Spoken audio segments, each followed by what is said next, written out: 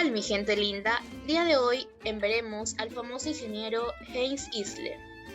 Para empezar, tenemos un índice donde tenemos todos los puntos a tratar, así que te recomiendo que no des pausa y sigas viendo este video. En este trabajo analizaremos los proyectos del ingeniero Heinz Isler bajo una mirada que nos permita comprender aspectos como el tipo de carga y el tipo de estructura, y las propiedades mecánicas de los materiales usados. De esta manera, como futuros arquitectos, lograremos entender la relación entre la arquitectura y la estructura.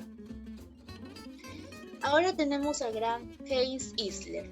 Nació en 1926, y ¿sabes qué fue el mejor?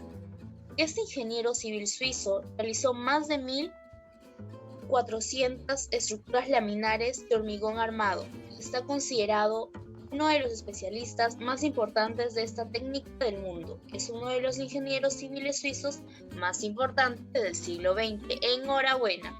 Por eso, este ingeniero es 6 estrellas. Entre sus obras importantes destacan el centro de tenis Olympiapark Múnich y Pavilion Sigley.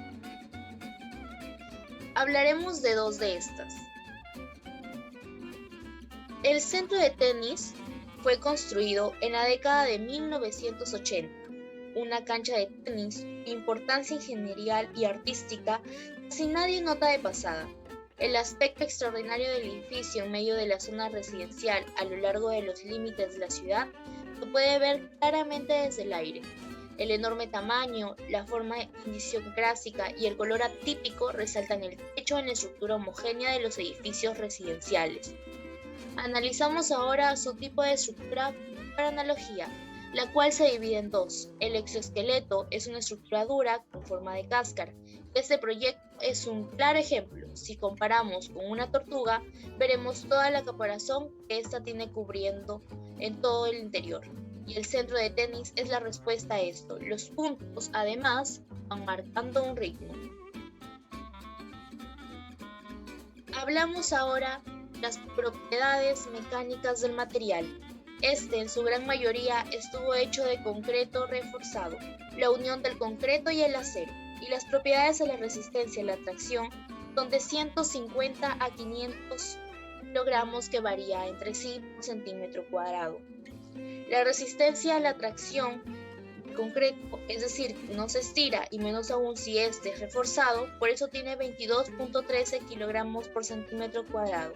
Y finalmente, si hablamos de la flexión, el concreto reforzado logra 138.28 kilogramos por centímetro cuadrado. Enhorabuena. Ahora analizamos el tipo de carga, la cual esta tiene una doble curvatura. El caparazón, como vemos, se va distribuyendo en 4 puntos, los cuales son importantes para el funcionamiento del proyecto, logrando que las cargas se dispersen y esta cáscara sea funcional. Como observamos, no presenta una carga viva, ya que todo ocurre abajo. Sin embargo, este tiene una carga muerta, donde el peso de toda la caparazón es el de concreto reforzado y tiene 9 centímetros de espesor en su curvatura. Ahora identificamos el centro de gravedad, para el cual vemos cómo todo esto funciona, y es desde un punto centro donde permite que todas esas fuerzas salgan hacia los exteriores, logrando un equilibrio, y este proyecto es catalogado dentro de la estructura de comprensión como una cáscara, ya que todo el manto arquitectónico es exterior, tejiendo la pieza interna.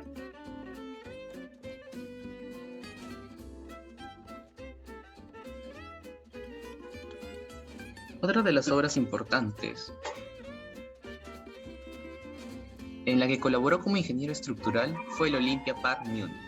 Este proyecto se caracteriza por la cobertura, siendo este una membrana ligera, sostenida por tensores, generando grandes luces, encargada de cubrir y unificar todo el complejo, teniendo como tipo de estructura el exoesqueleto, ya que las estructuras principales de acero se encuentran expuestas, siendo estas visibles al exterior, cumpliendo una función de soporte.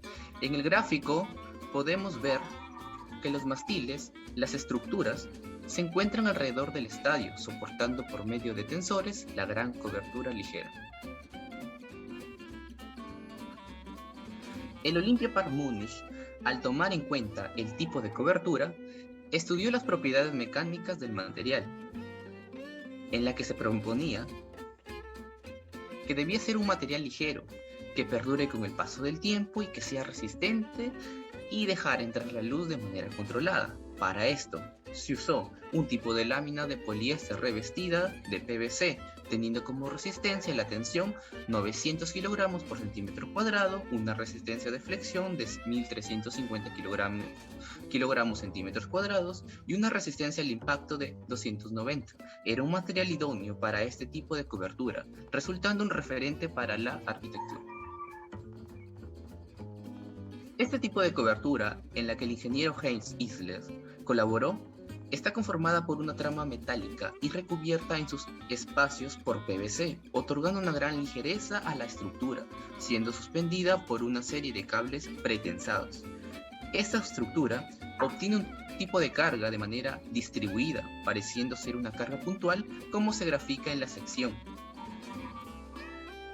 ya que todo el peso lo soporta el mástil, que sujeta los tensores. Sin embargo, estos mástiles se encuentran repartidos alrededor del todo del estadio, distribuyendo las cargas de la gran cobertura, que da la sensación de ser un manto posado sobre lo existente, teniendo como carga muerta su propio peso, con un área techada de 33.750 metros cuadrados, con una longitud de la cobertura principal de 450 metros y una superficie de 74.800 metros cuadrados.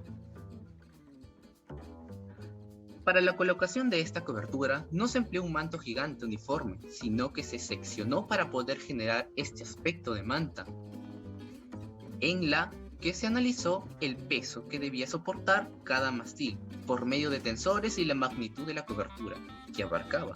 Sin embargo, cada tensor debía cargar los extremos, analizando así su centro de gravedad, manteniendo el equilibrio, la cobertura, siendo esto una estructura de tracción, ya que la cobertura que soporta se adapta a las fuerzas que ejercen los tensores, siendo una representación de una del área.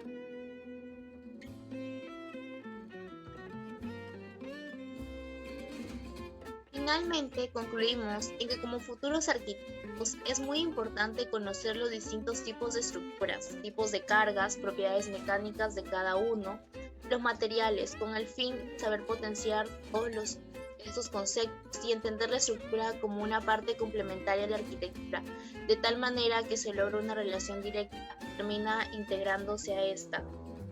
En este caso, después del análisis, concluimos en que la mayoría de los proyectos de Heinz e Isler se resuelven muy bien estructuralmente, ya que hace uso de cáscaras, curvas, velarias, logrando que las estructuras de soporte sean resistentes a las cargas irregulares del viento y la nieve, mitigando a la vez el riesgo del pateo.